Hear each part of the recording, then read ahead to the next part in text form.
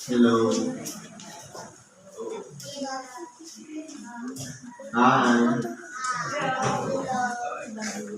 Sa pangalan po ng dakilang Panginoong Jesucristo, isang mapagpalang umaga po sa bawat isa.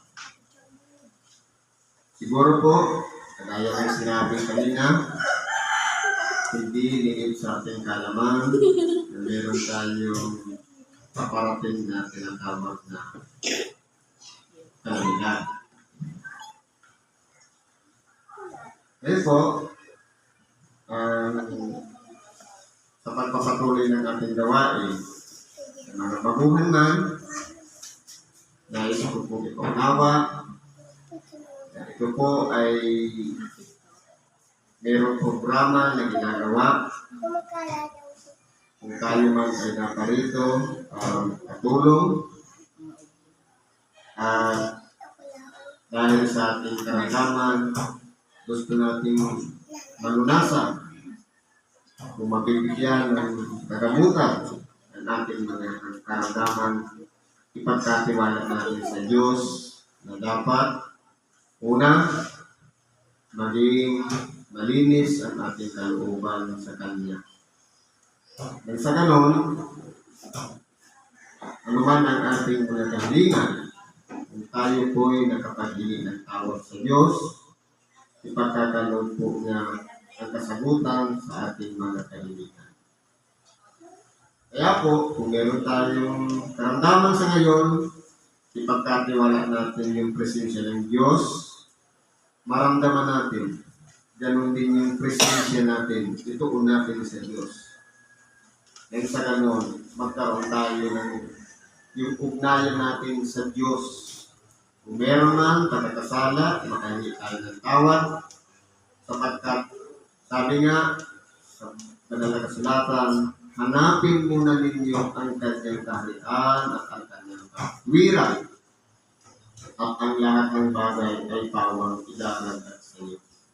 Ibig sabihin, kapag nasumpungan natin sa ating sarili, ang napagharian tayo ng Diyos, at nagsisi tayo na buhay sa katwiran, ang mga lunas sa karamdaman, bonus na lang.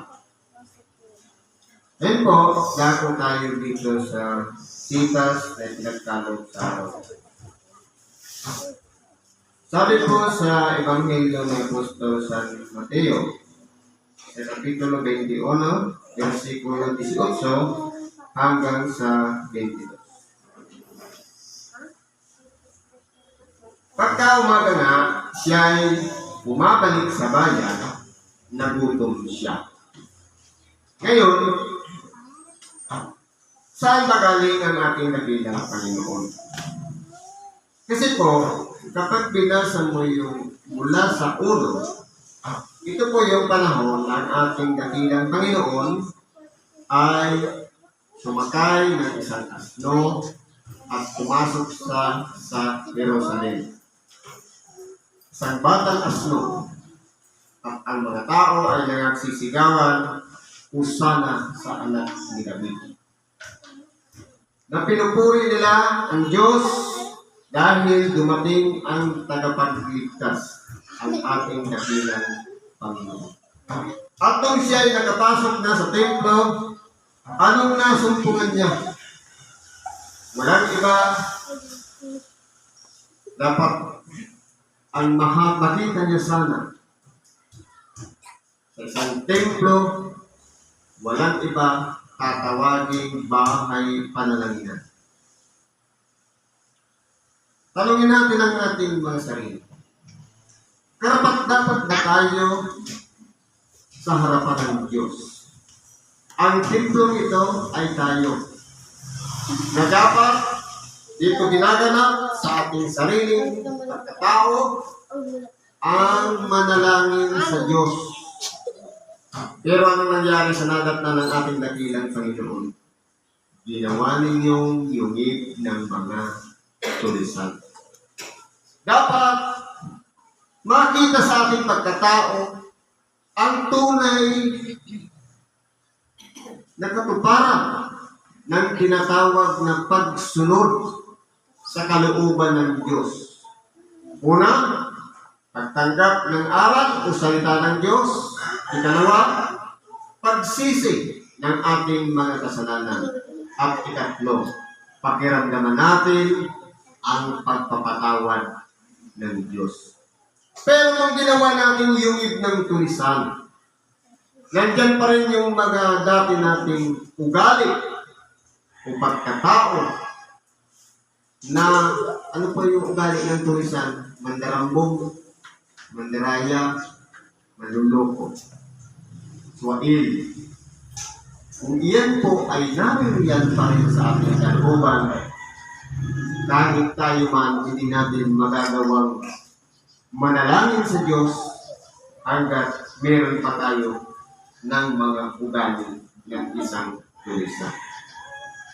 Kaya po, kung pag-aaralan natin, hinihilingan natin dakilang Panginoon na ang templong ito maging bahay panalangin.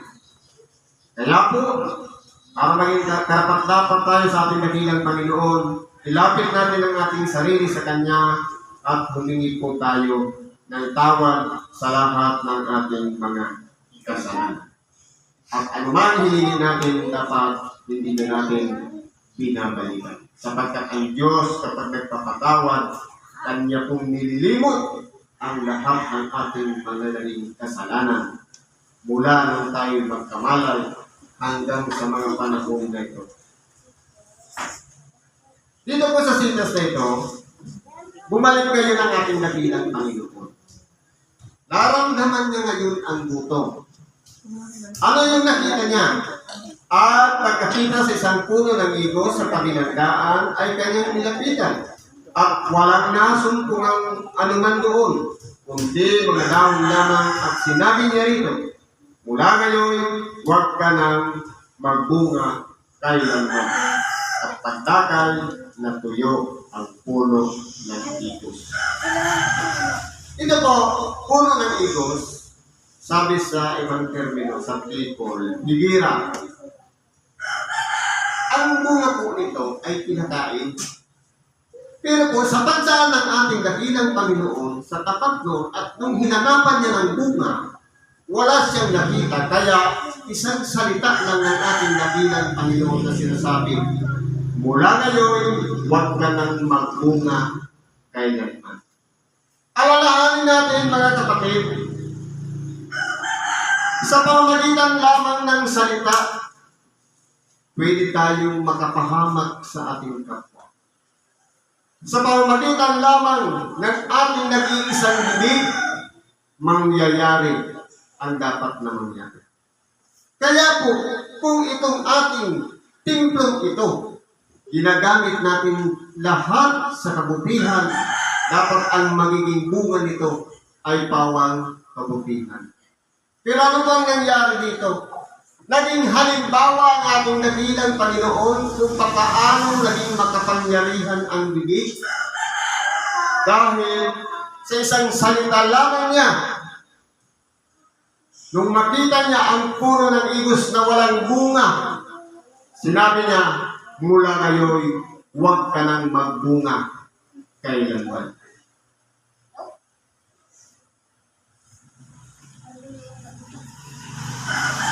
At nang nakita ito ng mga alagad, ay nangagtaka sila, nangagsasabi, ano't pagdakay natuyo ang puno ng igos? Kumbaga, sa sinabi ng ating dakilang Panginoon, nasaksihan ng kanyang mga alagad ang resulta. Na kumbaga, pag sinabing pagdakay, antimano, natuyo ang puno ng igos. Kung aralin natin, mga kapatid, kahit man uod, kahit man putulin mo ang puno, hindi po agad natutuyo ang dahon.